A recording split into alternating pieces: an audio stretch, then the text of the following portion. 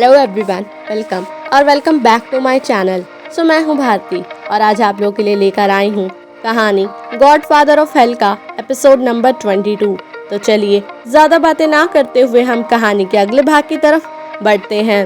घर पहुँचते ही नीरा अंदर आई। उसने अभी भी वो लंबा सा कोट पहना हुआ था। लीना ने नीरा को देखा और मुस्कुराते हुए तंज भरे लहजे में बोली, नीरा डार्लिंग, कुछ दिनों में तुम्हारी आज़ादी तुमसे छिनने वाली है। विनायक सिंह की वाइफ बनने के बाद देखना वो तुम्हें किस तरह से अपनी जुत्ती के नीचे रखता है। सारे शौक आराम सब गायब हो जाएंगे। लीना ने कहा था। नीरा के कदम वहीं रुक गए। इस सीढ़ियों पर जाते ही वो मुड़ी और लीना को देखते हुए मुस्कुराकर बोली, ठीक वैसे ही जैसे तुम मेरे बाप को अपने पैरों के नीचे दबा कर रखती हो, है ना? उसकी बातें लीना को जोरदार थप्पड़ के समान लगी, वो भी अंदर तक। लेकिन लीना ने फिर भी मुस्कुराते हुए कहा, तुम्हें नहीं पता, लेकिन तुम्हारा हाल बहुत जल्दी ही बेहाल होने वाला है। उस विनायक सिंह की असलियत से तुम अनजान हो। बहुत मजा आएगा तुम्हारा वो घटिया हाल देखकर। कुत्तों का काम होता है भौंकना, अब हाथी बार बार उन्हें पलटकर देख तो नहीं सकता ना। नीरा की बात सुनकर लीना को बहुत गुस्सा आया। उसने उसे एक बार फिर बातों ही बातों में गाली दी थी। नीरा अपने कमरे में आई। उसने शावर लिया और अपने कपड़े बदले। तभी उसके फोन पर एक मैसेज आया, मुझे कैफे में मिलो। इस मैसेज को पढ़ने के बाद नीरा समझ गई कि ये मैसेज विनायक के अलावा कोई नहीं कर सकता। तुम्हारे बाप की पाल तो नहीं हूँ मैं जो तुम्हारे बुलाने पर भागी चली आऊंगी। नीरा खन्ना हूँ, दुनिया के सेकंड मोस्ट रिचेस्ट इंसान की बेटी। तुम्हारे जैसे लिच्चड़ की औकात नहीं है मुझे कॉफी पिलाने की। ये सब नीरा ने उसे जवाब देते हुए लिखा। लेकिन नीरा का दिया गया जवाब उसे आगे चलकर क्या देने वाला था, इस बात से वो अनजान थी। लेकिन फिर भी उसने विनायक को अच्छा खासा सुनाया था। मैसेज पढ़कर विनायक ने अपने हाथ में मौजूद वाइन का ग्लास जमीन पर फेंक दिया। उसका गुस्सा 7वें आसमान पर था। वहीं नीरा सो गई। दोपहर को लंच के टाइम वो उठी और धीरे धीरे नीचे आने लगी। उसने देखा हॉल में कुछ लोग आए हुए थे और उसकी माँ बहुत ही खुशी खुशी उनसे बात कर रही थी। मॉम, भूख लगी है।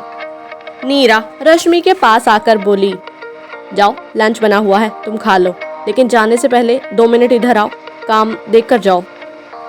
रश्मि ने कहा और नीरा को अपने बगल में बैठाकर उसके हाथ में एक कलर की बुक दे दी। तुम्हें कौन से कलर की थीम चाहिए अपनी एंगेजमेंट पर, ये तुम चूज करो।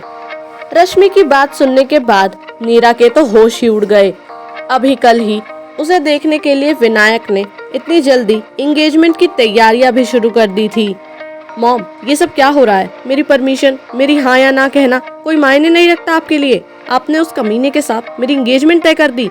मैं लाइफ टाइम उसे झेलूंगी। वो कितना बड़ा दुष्ट इंसान है आपको नहीं पता। आप बस कुछ पैसों के लिए मेरा सौदा कर रही हैं। नीरा की बात सुनकर रश्मि के चेहरे पर गुस्सा झलक आया। 4 लोगों के सामने उसकी बेटी उससे ऐसे बात कर रही थी। मैं तुमसे बाद में बात करती हूँ बेटा, जाओ लंच करो, तुम्हारी एंगेजमेंट 2 दिन बाद है, तुम उसकी तैयारियां करो। बोलकर वो वहाँ से नीरा को हटा देती हैं। नीरा भी गुस्से में अपनी माँ को देखते हुए वहाँ से चली जाती है। ये सब उसके साथ हो क्या रहा था उसे कुछ समझ नहीं आ रहा था। कल ही उसे वो लोग देखने आए थे और आज उसकी एंगेजमेंट की तैयारियां भी शुरू हो गई थी। कुछ तो करना होगा वरना उस हैवान के साथ माँ मेरी शादी करा कर मानेंगी, और अगर उस हैवान के साथ मेरी शादी हो गई तो मेरी जिंदगी भर मुझे टॉर्चर करता रहेगा वो, और मैं नीरा खन्ना किसी का टॉर्चर झेलने के लिए पैदा नहीं हुई हूँ। नीरा लंच करने के बाद अपनी कार की चाबी लेकर बाहर निकल गई। वो विनायक के घर आई। डायरेक्ट अंदर गई तो विनायक की मॉम वहाँ पर पहले से ही खड़ी थी। उन्होंने नीरा को बैठाया और उससे बातें करने लगी। लेकिन नीरा को विनायक से जरूरी बात करनी थी। आंटी, विनायक कब आएगा? वो बेटा, तुम्हें पता है ना कितना बड़ा बिजनेस है वो अकेले संभालता है। एक काम करो, तुम उससे ऑफिस में जाकर मिल लो, मैं उसे फोन करके बोल देती हूँ तुम आ रही हो। नीरा ये सुनने के बाद वहाँ और नहीं रुकना चाहती थी। वो डायरेक्ट वहाँ से चली गई। कुछ देर बाद नीरा विनायक के ऑफिस में पहुँच जाती है। ये सब क्या हो रहा है विनायक? इतनी जल्दी एंगेजमेंट की क्या पड़ी है तुम्हें? रिश्ता तुमने वैसे भी बिना मेरी सहमति के तय करवा ही दिया था। वो अपना गुस्सा और नहीं रोक पाई, लेकिन उसे इस गुस्सा करने का एक जोरदार फल मिला। विनायक ने उसके गुस्से में चिल्लाने की वजह से लैपटॉप को वहीं छोड़ा और गुस्से से दरवाजे के पास गया और उसने नीरा को इतनी जोरदार धक्का दिया कि वो दरवाजे के हैंडल से जा टकराई और उसकी कमर में हल्की सी चोट आ गई। आह! नीरा की एक दर्द भरी आह निकल गई। ये ऑफिस मेरा है, यहाँ तुम्हें चिल्लाने की परमिशन नहीं है। यहाँ का बॉस मैं हूँ और अगर तूने अब एक भी आवाज बाहर निकाली तो मुझे तुझ पर हाथ उठाने में वक्त नहीं लगेगा। विनायक की बात सुनने के बाद नीरा की आंखों में पहले से ही आंसू थे। उसकी कमर में हल्का दर्द भी था। नीरा विनायक के सामने आई और उसके गालों पर एक जोरदार थप्पड़ रसीद दिया।